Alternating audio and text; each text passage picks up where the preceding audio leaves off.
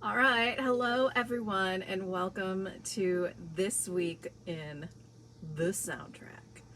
So, today we have a wide variety of topics to cover, even though we're just dealing with the voice. And the voice, which is the element of speech, and this is something that in the three main elements of the soundtrack you have speech, you have sound effects, and you have music. So today, as I said, covering speech, I just decided to call it the voice. And this is where we're going to be discussing dialogue and the voiceover or voiceover narration. And it's important to have distinctions between these things, and also know how they function and how they work so that you have a pretty good understanding of not everything that comes out of characters' mouths, or in the case of voiceover narration, what you hear is not necessarily exactly the words that they're saying. And so this is one of those things that it's important to know that in film and television and even in video games, that word choices, delivery, subtext are all things that are important when we're thinking about the voice. Also, who's saying what, and if it's coming from within the story space or outside of the story space. So, is it non-diegetic or diegetic? So, so I did ask you to read chapter, was it 25? Chapter 25, which at times might seem a little confusing because they're referring to voice ins, voice outs, and talking about the techno-scientific genre in film and television. But one of the main things that the chapter's trying to get into is that, again, the words, especially through the use of repetition and redundancy, can be more than just explanatory. And also through the advent of newer technology, we also can have more than just the explanatory that's being used. And especially with these types of genres, especially when you compare it to the visual, whereas it might seem initially that the visual is showing you and not telling you, and that's a basics in film, is that it's a visual medium, and you want to show, not tell. But through reading the essay, that actually, a lot of times in these in the techno scientific genre of your forensic shows and your, science fiction shows, that actually the image becomes more of like the utterance. So you're being shown something, but you're actually being told something. The I don't want to call it techno babble, but the words actually put everything to the forefront, so that it becomes more understandable, especially in instances where the characters are talking about things that can't really be represented visually. So these are things that are helpful. So, so basically, these are the things I'm going to be talking about. I've got lots of clips that I have for you to watch, and also some articles for you to read as well. Now, many of the things that you're going to read is not that challenging, not that much, but I do want to go over some of these things just for you. So you're gonna, you should already be accessing the voice in your course content, and I've got a wide variety of clips that pertain to dialogue and word choices. And I just want to go into a couple functions first before I dive into the clips. So, as I've already mentioned, when we talk about dialogue, uh, you know, the words that are used, what characters say is not necessarily what they mean. And so you really need to pay attention to how do characters say them, their choice of words, their delivery, and of course, the whole concept of subtext. And I do have a bunch of I love you. And I usually love to use this. Too bad we're not doing this in class, so you can see me do my interpretations of I love you. But I love you is a phrase, and the word love is a word that it all depends on how it's said, the delivery of it, and yes, it can also have subtext. And so the phrase I love you can mean a declaration of love, but it could be something that is just like you're on the phone and at the end of the phone call you say, I love you. Now, this could be you're talking, someone's on the phone with their mom or dad, and that's how you end the phone call. I'm calling my dad, getting off the phone. One of the last things we say to you is, I love you. So this is not a romantic love. This is a, family love where you do love another family member, but also in telephone calls, it's one of those phrases that becomes it's a replacement for goodbye or talk to you later. So in that case, I love you has a different meaning than post, post sex in a scene, and just after having mind blowing sex, uh, I say I love you. Might not say that I love you. I might just be commenting and responding to the mind blowing sex, and I loved that. So so this is one of those things where the delivery and the context definitely and what is it being said has lots of meaning. Saying I love you versus oh I love you to I love you, I love you, I love you. These are all different ways of delivering the phrase I love you. And one is a little bit more sexy, one's my terrible example of trying to be a little bit more southern. And the third is a little bit more frantic, desperate, maybe a little crazed. And so the delivery is everything. And we'll get back to I love you in a moment. But in terms of the major functions of dialogue, you want to think about that one of the first things it does is it identifies location and characters. So you could have characters that are being newly introduced, and we are introduced to them as characters, where another character might say, hey, there's Neo. And Neo's in the Matrix.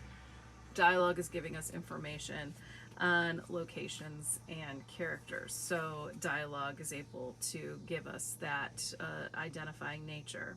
Or if you are doing a movie that's taking place in the South, even though it might not say you are in Texas or you are in the Carolinas, you might have someone speak with a specific Texas drawl that identifies them as a Texan, and probably where the story is taking place.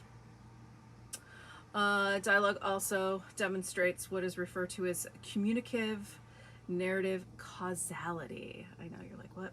Basically, why? So characters will express something to try to answer the question of why, how, and what's next. So Causality is a really common form of dialogue, and this also moves you along with the story. So the dialogue communicates the why, how, and the what's next. Also, this can also give you major plot turning events, and so verbal events can be plot turning, like saying "I love you" or "as you wish." These are all events that could change, the direction of the plot. Uh, you know, when Darth Vader tells Luke Skywalker he's his father, that's a major verbal event. And that is also a character revelation there. And so, but this also, dialogue can tell you more about a character. So you can understand their personalities and their motivation through the dialogue that they're stating.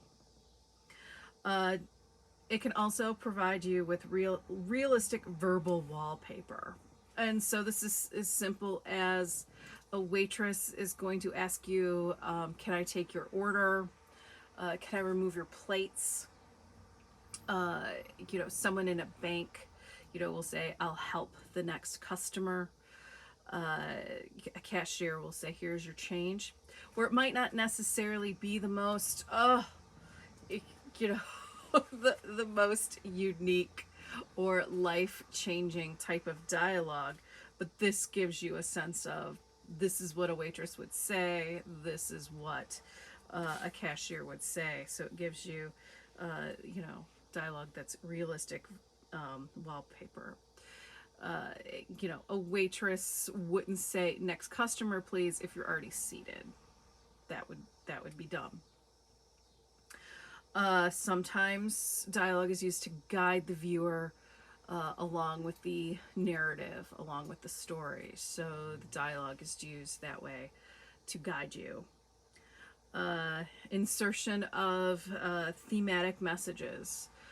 You definitely have this in films that are more message films, whether it's through a character's monologues, and this can also be through the use of repetition of certain phrases that are seen over and over and over again. So thematic messages are also things that are used for dialogue. So these are things that, like, say in some Spike Lee films, you definitely have these moments where themes and messages are being told. So these are all things that can be used. And then exploration of the resources of language. So this is where we're able to, utilize puns and jokes, the misunderstanding of words. And so this is going to play out when in your Arrested Development. Metaphors, curses, whispers, screams, songs, poetry, storytelling. These are all things that you can do with dialogue, and these are all things that that you should pay attention to as functions of dialogue. So, the first two clips that I have for you have to do. Let me see. I want to make sure it was two. Okay, yeah. The first two clips that I have for you are the top 20 I love you scenes in movies, and then in television, saying I love you and hearing it back is huge. So we've got two different types of examples of how I love you is either being conveyed, and I love you as a way of a declaration. So in the first batch, it utilizes a wide variety of declarations of love. And some of them are very common in the trope of romantic comedies and romantic dramas. But you'll also see that sometimes not even saying the phrase I love you will get across how one character loves another. So as you're watching the top 20 I love you scenes in movies, pay attention to how these characters express their love for another character, and also the type of love or where they are in their relationship. And then I want you to watch the saying I love you is big for TV couples, and the reaction of the phrase when the one character says I love you, and definitely this reaction. And this is also a very common television trope, used in sitcoms but also in dramas as well. So all the ways I can say I love you in film and television, watch it now. All right, so we're probably feeling a little sappy now, and now you're just like, okay, where are some examples of these great functions of dialogue, where we've got this great melding of delivery, um, giving us messages, telling us themes, even delivering it in a way that's, rhythmic, almost musical, and also powerful in terms of the sense of dialogue. So I have a couple clips that stress some of the best dialogue in film. So our first clip is the best dialogue of all time. Okay, yeah, this can be totally, disputed. And then we have the top 10 movies with the best dialogue. And so there's a little bit of carryover, and there's some, that are a little different.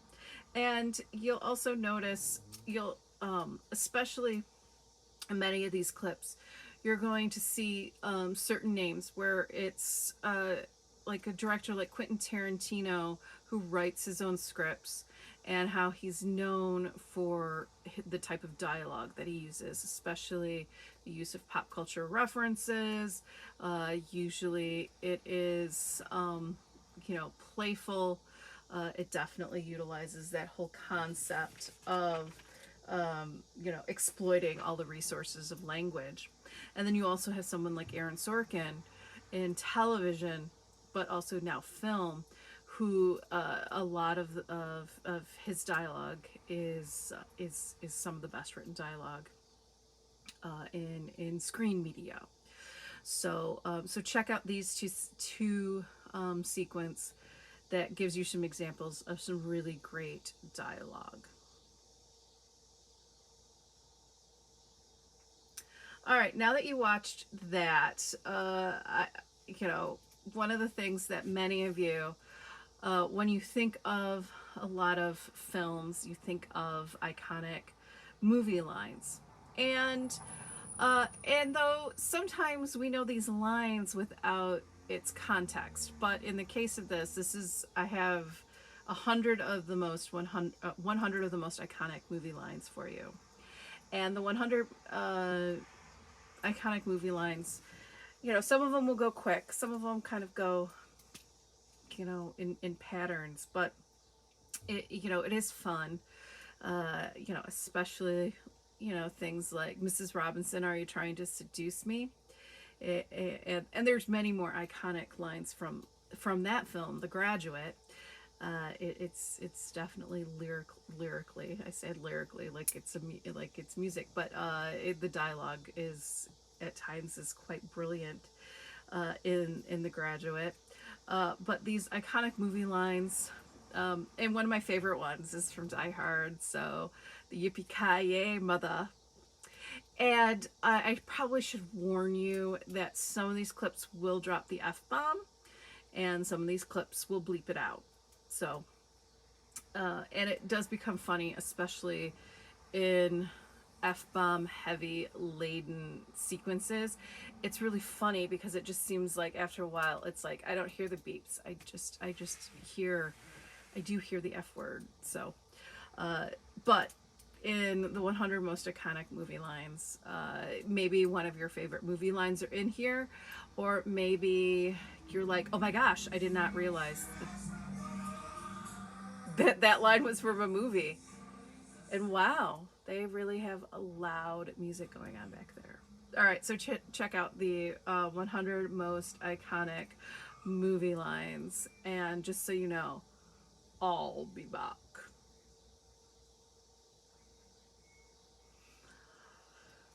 Sorry, I had to go Terminator there on you. And I'm sure one of my, there's several other movie lines, like some of your favorite ones maybe weren't mentioned there. This is an adventure is one of my favorite lines. It's from The Life Aquatic, and it's a phrase that's used more than once, but it really encompasses the character of Steve Zissou and how he sees life, and yeah, and it's a great, almost existential way of living. This is an adventure. So there's, yeah, and there's many others, but I'll just leave it at that. Then we get into monologues, and monologues is a special kind of dialogue where you're not, characters aren't talking back and forth, back and forth, back and forth, but one character is going to give usually this grand speech. And this is also where these monologues are normally, in certain movies is going to be like a big message. It could be used as inspiring, could be used as the moment of the declaration of love. It can be used, the villain is going to tell you their plan, type of thing. So monologues, have many different uses, but it's typically one character is going to, reveal their evil plan, tell a story that hopefully the other characters will take into account, that sort of thing. So I have a clip that is the top 10 monologues of all time. Now, this goes in and breaks it down to different types. So you've got like the inspirational sports dialogue, you have the war dialogue, so there's a wide variety of different types of dialogue that this video does. But the one thing that it doesn't really let shine is the actual dialogues themselves, self-playing all on their own. So I have a folder underneath the top 10 monologues of all time that is a 4-part series from the Acting Academy, and it features several great dialogues in a variety of different films and even television shows. And this type of dialogue, you'll see some actors delivering multiple monologues, whether it's Robin Williams, Al Pacino, Will Smith, Julia Roberts, or monologues from Shakespeare.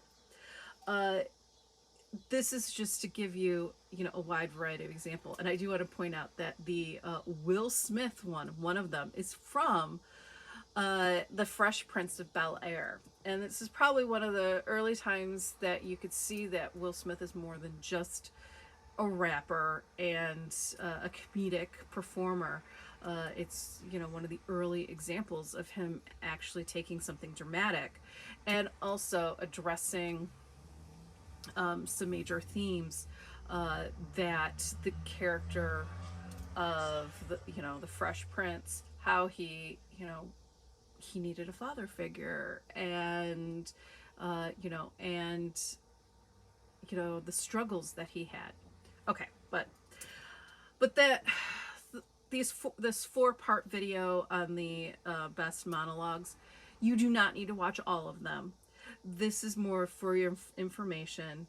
You can look and see which movies or TV shows are featured in here, because there's a Breaking Bad monologue. There's a monologue from Julia Roberts, Mona Lisa Smile. There's it kind of goes all over the place. There's even some televised versions of Shakespeare in there. in addition to film versions of Shakespeare. So there are, as I said, a variety of different types of monologues. So look at the description, and you can scroll back and forth for which one you want to watch. But this is just so you can have it unfiltered, uninterrupted, no commentary. So I'll let you watch the videos on monologues. Okay, the voiceover. So I have a couple articles, and these articles also have videos embedded in them, but and feel free to watch them. Some of the videos are also included here in your course content, but you have the you've got one from, and so I'll just, here it is.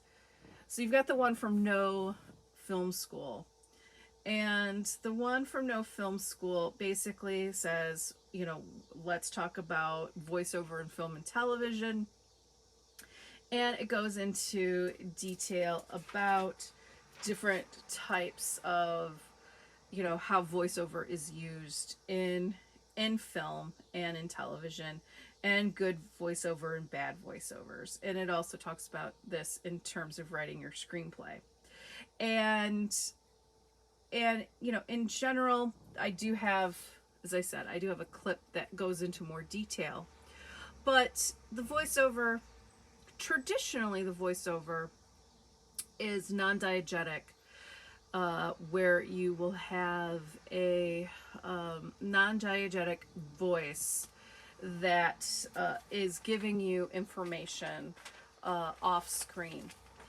But it is, this can be, this type of voiceover narration, though at times, and as you'll see in some of the examples, some of this might even be a type of first-person narration, that whereas traditionally we've got first-person narration, it's a character from within the story giving you their inner thoughts and feelings, and telling maybe parts of their story that isn't shown on screen, so we get to hear them non-diegetically.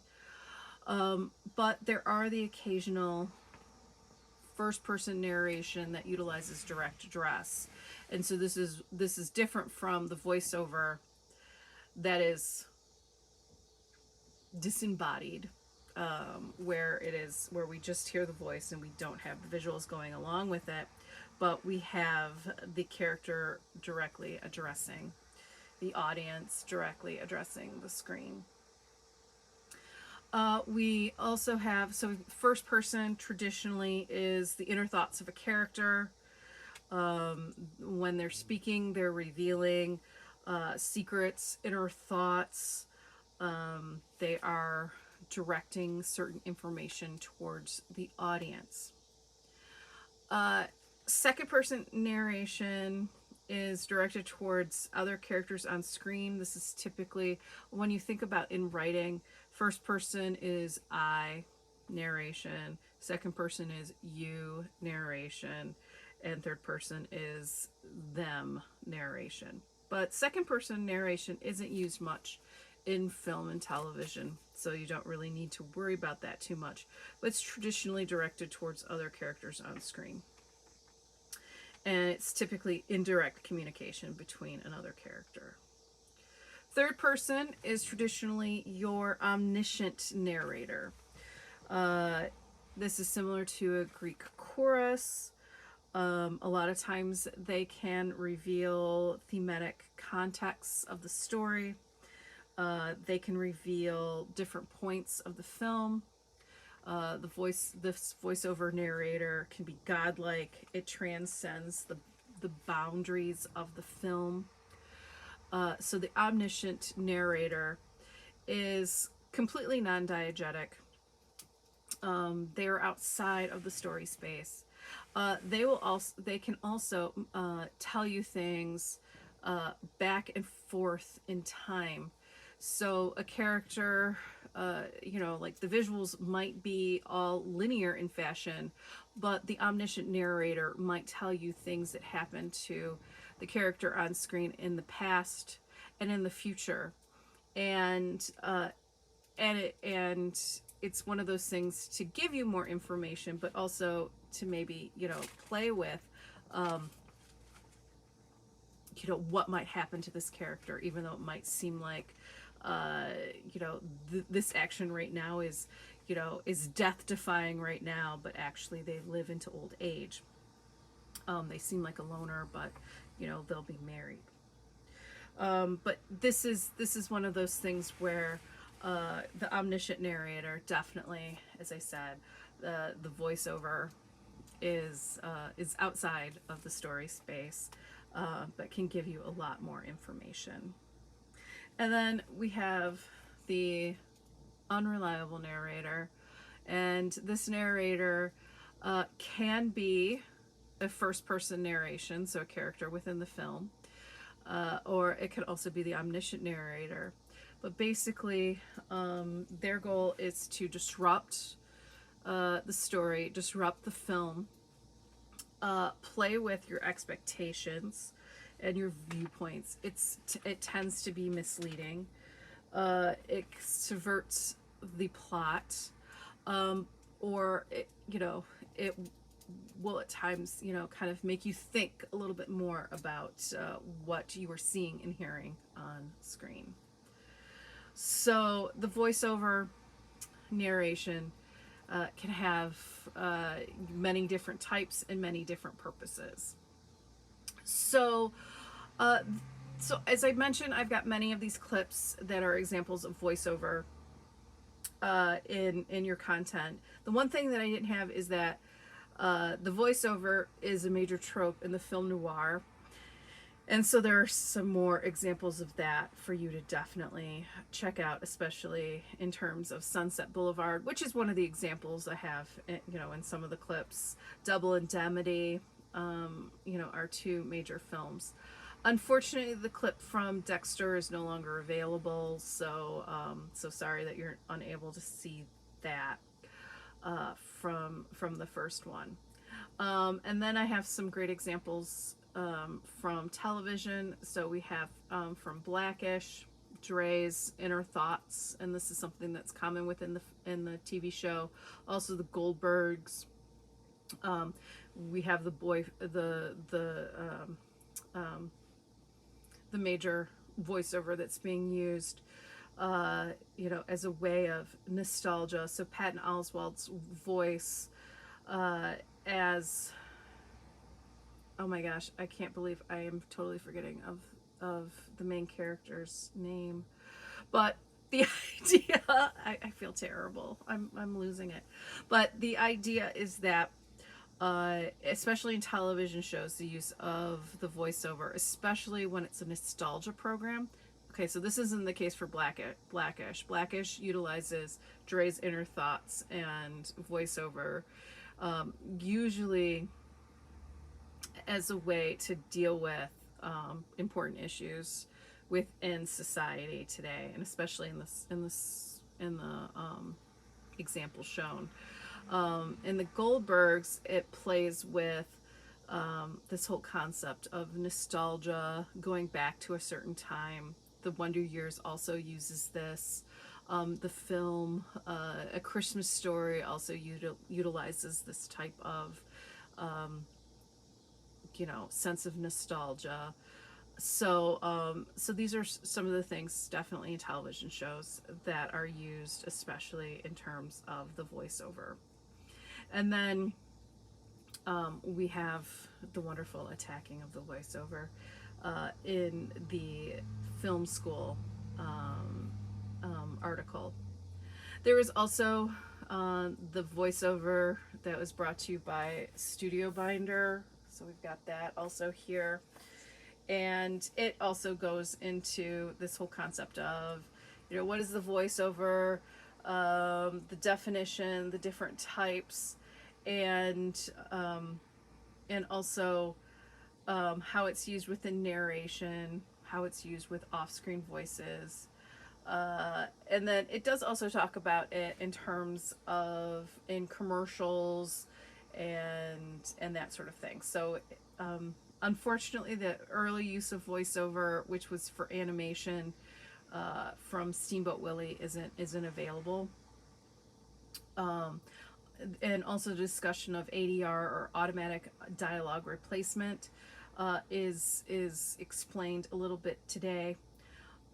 There's example of popular voiceover voices, especially movie trailer voices. So you've got a clip for that, and something like how we've got certain stars and actors that are that also do voice acting for animation, and so we've got the image of The Rock, but the idea of different types of voiceover. So going back to the clips that I actually have, so you've got those two articles that you can look at and watch the clips as well. But one of the first things I have is the top 10 narrations. And so this has examples of characters doing direct address. So this is your first person narration. Characters looking directly at the camera. So this would be Ferris Bueller's Day Off. Direct address to us. He's telling us his story. We also have the example of the unreliable narrator as in Edward Norton's character in Fight Club, and his character is typically referred to as the narrator, or Jack, but for the most part he is the narrator. The two examples of ghostly narrators. So these are characters that are already dead, but now they are telling their story, and this is something that you have with the narrator from Sunset Boulevard and An American Beauty. And this also allows them that they can tell their story and tell you a little bit more about things, especially now that they're no longer alive. We can go back into the time that they were alive and tell their story. And that's also a type of first person. And they're also characters within the story. So watch that. Top 10 narrations. All right, the next two clips I want you to watch are the two television examples where from the Goldbergs, we have the voiceover narration, and it's from the birthday surprise section. And then you have Dre's post-election thoughts from Blackish.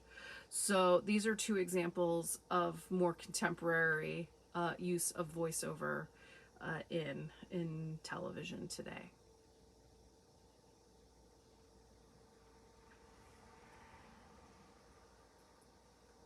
Now the next one here, and this is kind of going to ease us into the two voiceover video essays, is the Story Seminar. And the Story Seminar clip is from the film Adaptation, a film directed by Spike Jonze, but based on the screenplay by Charlie Kaufman. And it features a character also named Charlie Kaufman who is having trouble adapting a screenplay for the film version of Susan Orlean's book, The Orchid Thief. And the thing that Charlie Kaufman does, the screenwriter, the real screenwriter, is he plays with the actual real people. So there are real people that are fictionalized within the film. Himself, Susan Orlean, Susan Orlean's subject, who is the Orchid Thief, John LaRoche, and then we also have Robert McKee, who runs several script writing and screenwriting seminars and books. One of them that's well known is referred to as Story. And if my copy of Story wasn't in my office right now, I would be like, here is Story.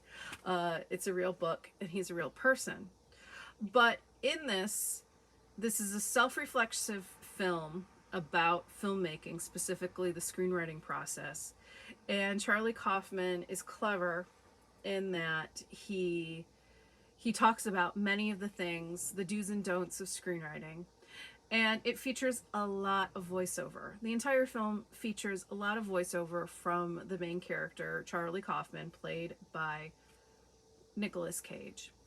And this use of voiceover becomes commented on, later in the film when Charlie Kaufman is having trouble with many false starts and in trouble just figuring out how to write the script. So much of the voiceover up until this point has been his inner thoughts, him basically talking ill about himself, his anxiety, his attempts of screenwriting, and him verbalizing within his mind how things are going to play out. But once we get into the sequence and we start to have him doing this voiceover, we are interrupted by Robert McKee in the middle of the seminar, basically calling Charlie out that voiceovers are sloppy. It's a lazy, thing that screenwriters utilize in their scripts. And the thing is that with all of these examples, it can be lazy, but we have a lot of great examples of using voiceover and voiceover narration correctly. So watch this sequence, and it's also fantastic, especially since Brian Cox has appeared in so many different things, and I'm still weirded out by Brian Cox currently being the voice for the current McDonald's commercials. I'm still like, whoa. Also, Brian Cox, some of you might be more familiar with him from something like Super Troopers. He's on the TV show Succession. And to me, he'll always be the original Hannibal Lecter in Manhunter. Yep.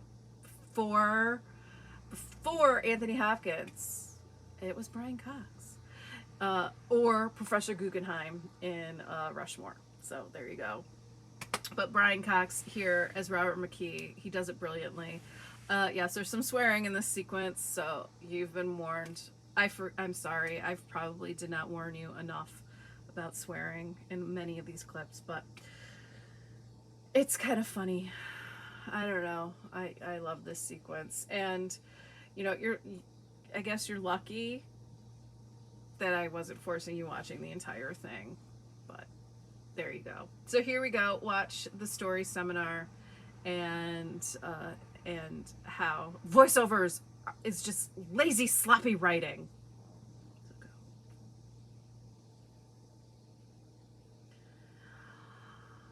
Okay, but voiceovers is not just lazy, sloppy writing. And so I've got two clips that goes into the movie voiceover show and tell parts 1 and 2.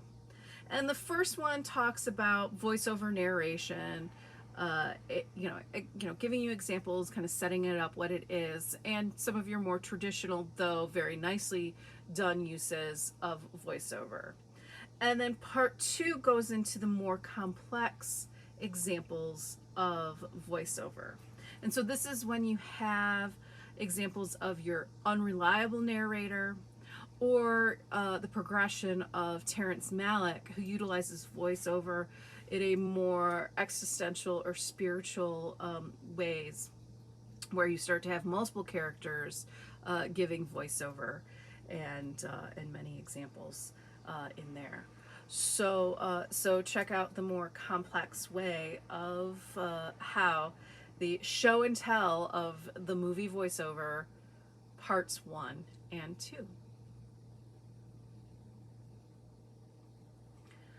All right, so in your readings, you read about the voice in and voice off, and one of the main things about this article on redundancy and information in explanatory voice in and voice offs, one of the main things that this article was trying to get at is that in many film and television shows, especially ones that are more sci-fi, or in the case of, defining kind of techno-scientific, they tend to use, in the opening examples for Star Trek and the opening of Escape from New York, they have information that is spoken information, voiceover, that gives you explanatory information.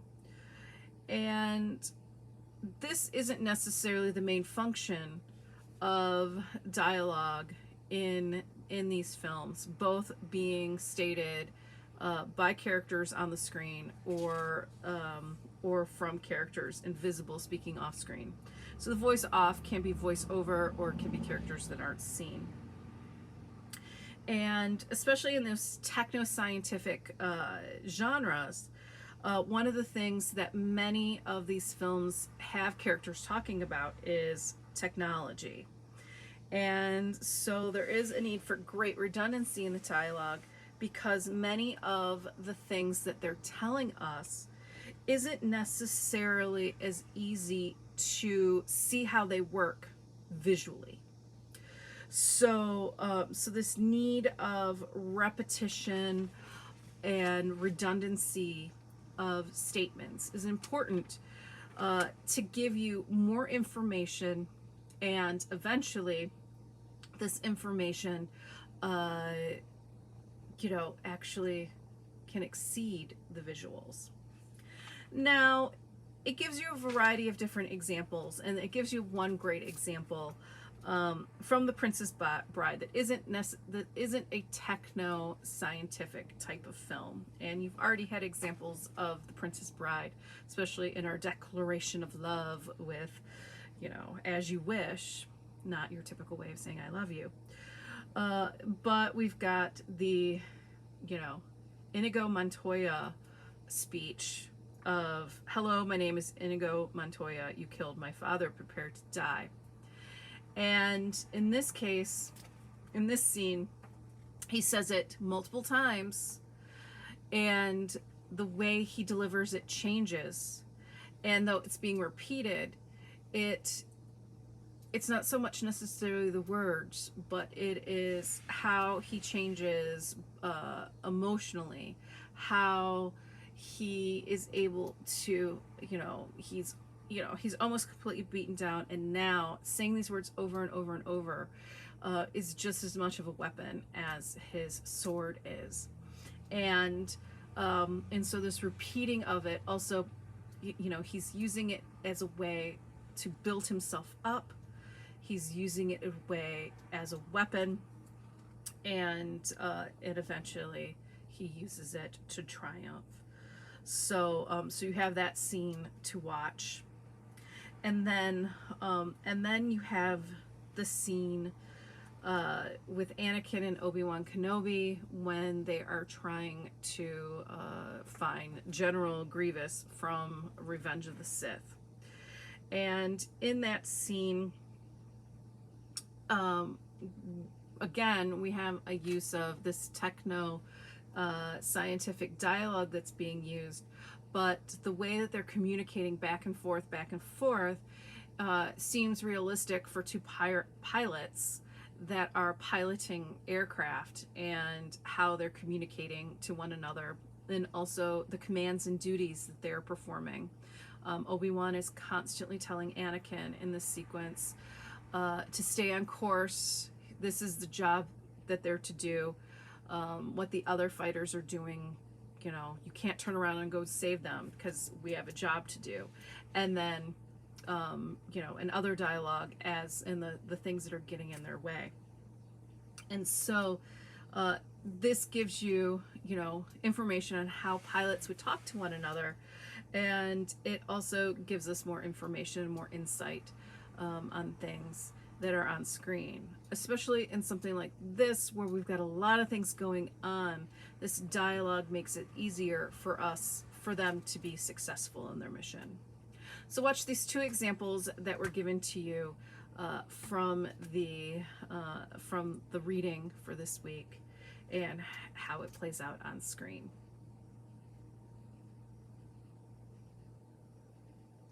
All right, so the final thing, the final thing to say about all of this is that the use of redundancy of sounds and images, and the studying of, especially the use of redundancy and repetition in dialogue, is able to give you information that might give you more information about the narrative and information of what is the narrative. And basically, this becomes a way of, does the dialogue become an utterance or does the image become an utterance? And so this becomes key into meaning making as you're watching these scenes. So it might think initially that these techno-scientific type of genres are abiding by the show and no tell, but what we're actually getting is how the information that's being spoken is coming to the forefront and making the image the utterance. Now, the final thing is I had asked you to watch Arrested Development. And in Arrested Development, it takes many of these elements that we have discussed in terms of, we've got a narrator, we've got dialogue, we also have meanings of words and how they are described. And I asked you to watch the first 2 episodes, but it's episode 2 that I want to focus in a little bit more on. So episode 2 is an episode that we definitely have the theme of fire that is utilized throughout, and the misunderstanding of words and phrases. So going into the theme of fire, the phrase flamer is initially mistaken for the character of T-Bone being homosexual, since it's spoken by George Sr., who is currently incarcerated, and he is friendly with T-Bone, and he's encouraging his son Michael to hire T-Bone because he's a flamer. Michael initially thinks that that means that T-Bone is homosexual, not that he's an arsonist. And things get caught on fire in this film. A storage unit that Michael is trying to find out more about, where the flight information is that he's looking for from his father, and that ends up going up in flames. And eventually the banana stand gets burnt. So, but we also have the whole misinterpretation, by Tobias in the fire sale. And so he interprets fire sale is that there's actual fire going on, instead of that they're trying to get rid of or blow out a lot of merchandise. And so we have that theme of fire that plays out, and we have the misunderstanding of words such as flamer and fire, and how characters misinterpret these words and the additional meanings that they might have and what they mean contextually. And then there's the phrase, "There is always money in the banana stand." And this is something that George Sr. says multiple times. And the first couple times, "There's always money in the banana stand." There's always money in the banana stand. And literally, it meant that there is actual money hidden in the banana stand, not that the banana stand is a moneymaker. And so this is one of those things where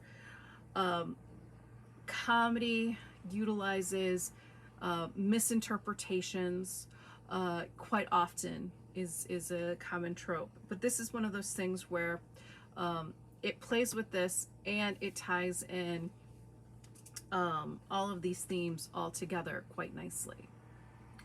And then we have our omniscient narrator. And the omniscient narrator is actually Ron Howard in this show.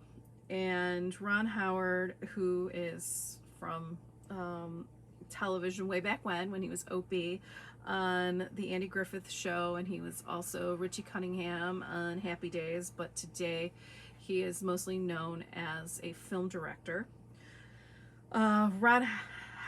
Castaway would be one of them. So just there you go. Since we had an example of there. But Ron Howard, as the omniscient narrator in Arrested Development, the more that you watch the show, he will give you a lot more information about the characters, in addition to giving you some, explanatory information. He gives you more than that. At times he will contradict characters. At times, he will, almost poke fun at characters. And then even with when you have the next on Arrested Development, reveal things that are going to happen, but visually it doesn't always match up. So what you tend to see on the next on, what you see is not necessarily the same things that you're going to see in the next episode, but what you hear is. So the voiceover definitely is used to show how ridiculous the Bluth family is, and at times can be quite fun.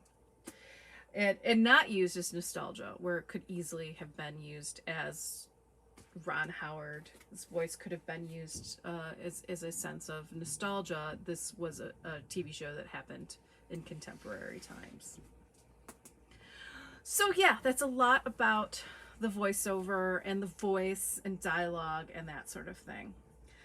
So what I want you to do, after you've completely consumed everything from this video and all the clips that I have, your next discussion journal, your WDJ number 2, is going to be the due at the end of the week. So on the 19th, it will be due end of day. And the WDJ, for the most part, I want you to watch another television show or movie. I would really like you to not do the episodes of Arrested Development that I watched. Try to watch something else. You can do Blackish or the Goldbergs, but not the episodes that I have examples for. So an episode, and you can watch multiple episodes of something in order to do this if you want. So I want you to watch a film or an episode of television, and I want you to talk about it in terms of the voice. So I want you to look at it in terms of, does it feature any type of voiceover narration? If so, what kind of narration is it? I need to change that. What kind of narration is it? First person, third person, unreliable, and how is it used? Do any of the characters have a monologue? And if so, what do they say? And what is the monologue about? The dialogue. Are there times the characters are giving you more than just explanatory information, but some subtext, maybe expressing a specific theme, realistic delivery, the delivery is rhythmic, etc.? What type of dialogue or verbal phrases stand out to you and why? I also want you to briefly describe what the episode or film is about, a short synopsis, but remember, the primary goal of this WDJ is for you to have a better understanding of how the voice is used on the soundtrack. And this should be something that is more than a paragraph, so it's as long as it needs to be for you to answer all these questions. No attachments. It has to be posted as a create a thread, and so it's probably going to be at least a couple paragraphs in order to answer everything. So unless you have any additional questions, I mean, you're going to have to email them to me or set up a time to meet. But yeah, this is the voiceover. This is the voice. This is dialogue. So enjoy. I know it's we covered a lot, but I think hopefully you'll get a lot out of it. So the voice and screen studies. There you go.